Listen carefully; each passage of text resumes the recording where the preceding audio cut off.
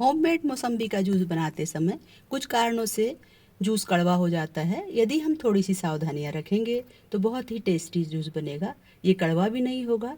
Hello दोस्तों, नमस्ते। तो जब हम मौसम्बी छीलते हैं तो इसके अंदर एक सफ़ेद सी परत होती है, ये अगर रह जाती है तो इससे जूस कड़वा होता है। तो इस परत को हमें चाकू से छीलकर अच्छी तरह निकाल देना है। हाँ, इसे पीलर से ना निकालें, क्योंकि यदि आप पीलर से निकालेंगे तो अंदर का पल्प भी निकल कर बाहर आएगा। और इसे हल्के हाथों से ही निकालें। देखिए, मैंने इसे पूरा निकाल दिया है। और सभी मौसम्बी का इस तरह से हमें पहले छिलका निकाल देना है। दोस्तों, यदि आप मौसम्बी को आसानी से काटना चाहते हैं या इसका छिलका बहुत ही इजीली निकालना चाहते हैं तो पहले मौसम्बी को ऊपर से एक गोल कट लगाएं और फिर लंबाई में 3 या 4 कट लगाएं और फिर चाकू की सहायता से इन छिलकों को निकाल लें।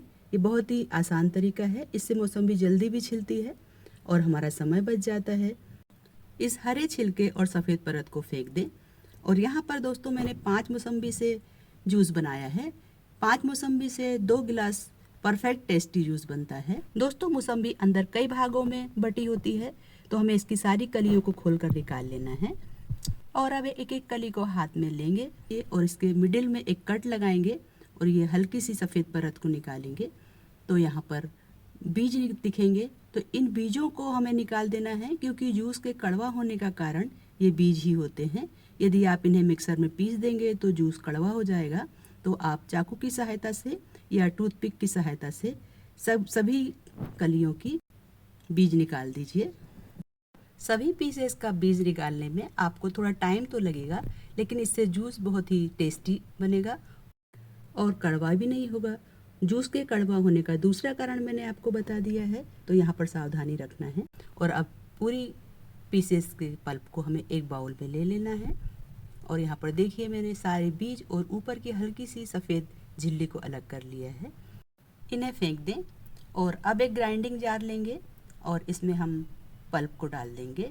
यदि जार छोटा है तो आप 2 बार में डालिए। और इसमें हम आधा गिलास पानी ऐड कर देंगे। यहाँ मैंने बड़ा जार लिया है।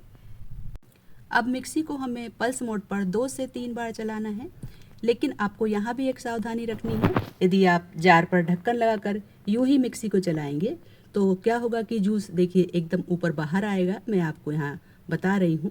तो आपको क्या करना है कि इसके ऊपर एक किचन टॉवल डाल दीजिए और हल्के से हाथों का सहारा देते हुए फिर आप मिक्सी को पल्स मोड पर 2 से 3 बार चलाएंगे तो जूस बहुत आसानी से निकलेगा और जार के बाहर भी नहीं आएगा, क्योंकि इसमें पानी होता है और जब मिक्सी घूमेगी तो ये जूस बाहर आता है। तो यहाँ पर देखिए, परफेक्टली ये मिक्स हो चुका है और पल्प भी बारीक हो चुका है। तो बस अब हम इसे एक पैन में मोटी छन्नी लगाकर छान लेंगे। इसे एकदम फाइन छन्नी से नहीं छानना है, क्योंकि इसमें जो हल्के से रेशे होते हैं वो डाइजेशन में बहुत फ़ायदा कर देते हैं।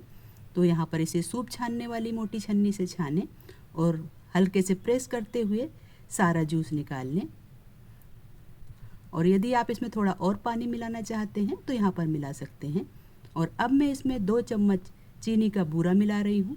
आप मिश्री या चीनी का पाउडर भी डाल सकते हैं, लेकिन बूरा डालने से इसका टेस्ट बहुत अच्छा आता है। और इसमें थोड़ा सा 1/4 छोटा चम्मच काला नमक ऐड कर दें। आप इसमें भुने जीरे का पाउडर भी ऐड कर सकते हैं और काली मिर्च का पाउडर भी हल्का सा ऐड कर सकते हैं, लेकिन मैं बच्चों के लिए बना रही हूँ इसलिए मैंने काली मिर्च का पाउडर ऐड नहीं किया है। और अब गिलास में आइस क्यूब डालें और ऊपर से जूस डालें। दोस्तों, जूस को बहुत देर तक नहीं रखना है, इसे फ्रेश बनाकर ही पी लेना है, क्योंकि जूस के कड़वा होने का तीसरा कारण है कि आप जूस को बहुत देर तक बना कर रखते हैं। इससे जूस का स्वाद थोड़ा कड़वा हो जाता है। आप यहाँ पर सावधानी रखें, फ्रेश जूस ही सर्व करें। इसमें हमने आइस क्यूब ऐड कर दिए हैं तो ये परफेक्ट ठंडा है। और यहाँ पर देखिए 2 गिलास जूस तैयार हुआ है। हेल्थ बेनिफिशियल, एंटीऑक्सीडेंट से भरपूर, इम्यून सिस्टम को मजबूत बनाने वाले मौसम्बी जूस की रेसिपी को लाइक करें, शेयर करें और चैनल को सब्सक्राइब करें। Thank you for watching.